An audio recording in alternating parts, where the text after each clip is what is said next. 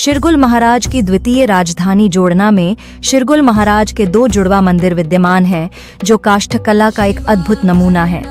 कहा जाता है इन मंदिरों का निर्माण 1370 ईस्वी में राजा जुब्बल के द्वारा करवाया गया था। दूसरी देवठी तथा थाणी का निर्माण राणा भागचंद जुब्बल रियासत ने चैत्र संवत 1715 अर्थात मार्च 1669 में करवाया था।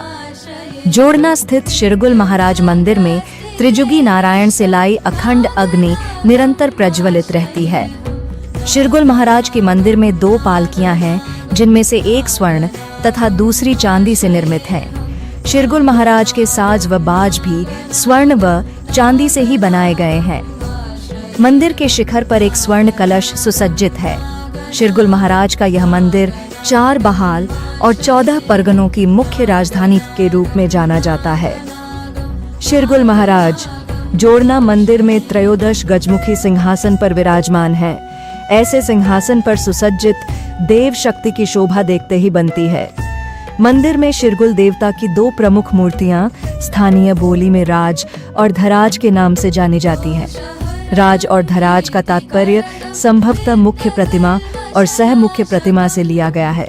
शिरगुल देवता की तीसरी मूर्ति स्थानीय बोली में विशेष नामकरण गौण देवता के नाम से विख्यात है। यह प्रतिमा आकाश की ओर सतत नजर टिकाए हुए है।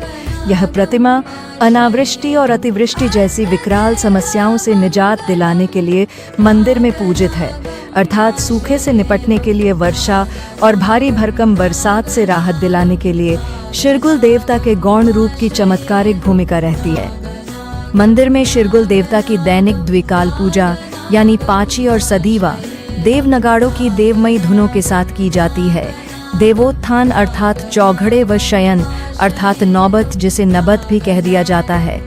इन 2 समय पर शिरगुल देवता प्रांगण जोड़ना में देव वादन से जुड़े लोक कलाकारों द्वारा पारंपरिक वाद्य यंत्र बजाकर देव वंदन किया जाता है। देवता की पूजा अर्चना के लिए अग्नि मंदिर के भीतर त्रिजुगी नारायण के कुंड से लाई जाती है। शिरगुल महाराज की पूजा के लिए चढ़ाए जाने वाला जल मंदिर के समीप बनी बावड़ी से लाया जाता है। इस बावड़ी का जल स्रोत बंगा पानी से माना जाता है।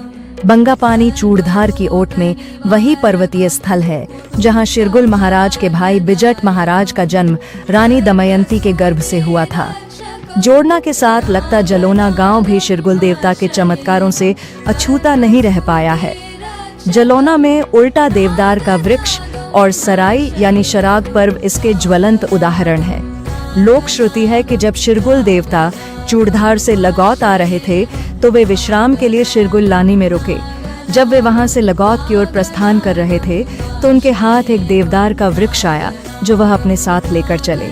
जलोना के पास पहुंचने पर शिरगुल देवता ने देवदार का वृक्ष जूं ही धरती पर रखा तो वह वृक्ष देवता का आभार व्यक्त करने के लिए शीर्ष झुकाए खड़ा हो गया, अर्थात देवदार के वृक्ष की चोटी धरती पर निमग्न होकर शिरगुल देवता का वंदनवार करने लगी।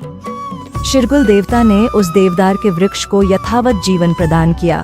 तभी से जलोना शिरगुल मंदिर के पास देवदार का वृक्ष उल्टा दिखाई देता है, यानी देवदार के वृक्ष का शिखर जमीन की ओर और जड़ें अन्य वृक्ष के शिखर की ओर दिखाई देती है। हर वर्ष 16 या फिर 17 प्रविष्ट वैशाख को जलोना में मनाया जाने वाला शिराई यानी शराग का पर्व अत्यंत संवेदनशील और जीवंत है। यह पर्व ग्रामवासी अपनी फसलों को ओलावृष्टि जैसी भयंकर आपदा से बचाने के लिए करवाते हैं। इस दिन शिरगुल देवता का गुर खेल खेलते खेलते बाएं हाथ से तेज धार कटार यानी तलवार को अपने गले पर रखकर दाएं हाथ से डांगरे की 3 चोट के साथ ठीक गले के ऊपर रखी कटार पर चोट मारकर वार करता है। लेकिन ऐसा खेल खेलते हुए शिरगुल देवता के गुर को कोई भी जख्म नहीं पड़ता है। ऐसा सब शिरगुल देवता के प्रताप और चमत्कार का परिणाम बताया जाता है। शिरगुल देवता के अत्यंत प्रिय बकरों की बारात यानी बकरों के झुंड को स्थानीय बोली में बकरों की शाल या बकरों की हेड भी कहते हैं। शिरगुल देवता की जोड़ना शाल में आज भी 70 से 80 बकरे शामिल है। यह तमाम बकरे श्रद्धालुओं ने समय समय पर मन्नत पूरी होने पर शिरगुल देवता मंदिर जोड़ना के चरणों में चढ़ाए हैं। प्राचीन काल से तो बकरों की शाल शिरगुल देवता के वजीर की देखरेख में झीना में रखी जाती थी। मगर बकरों की शाल को झीना से मसीऊना बदलने के पीछे एक लोक गाथा है। झुंगू नाम का एक व्यक्ति निर्वंश होता जा रहा था। उसने शिरगुल देवता मंदिर जोड़ना में जाकर महाराज के सम्मुख विनती की, अगर तू मेरे वंश की वृद्धि करता है तो मैं तेरे बकरों की सेवा करूंगा। झुंगू द्वारा शिरगुल देवता के समक्ष रखे गए विचार को स्थानीय बोली में कुछ इस प्रकार से बयान किया जाता है कि अगर तू मेरे वंश के लिए काले सिर वालों की वृद्धि करेगा तो मैं तेरे सफेद सिर वालों को पालूंगा। शिरगुल महाराज ने झुंगू की मनोकामना पूर्ण की और उसका वंश फलने फूलने लगा। इसके बाद से बकरों की शाल को संभालने की जिम्मेदारी इसी खानदान को प्रदान की गई।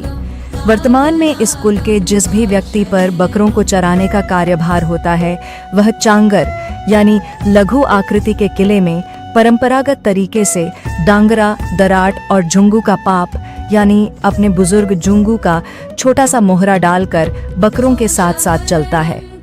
शिरगुल देव परंपरा में हरियाली के साजे का खासा महत्व है। इस दिन शिरगुल देवता के बकरों की हेड को लेकर शिरगुल देवता मंदिर जोड़ना आना होता है।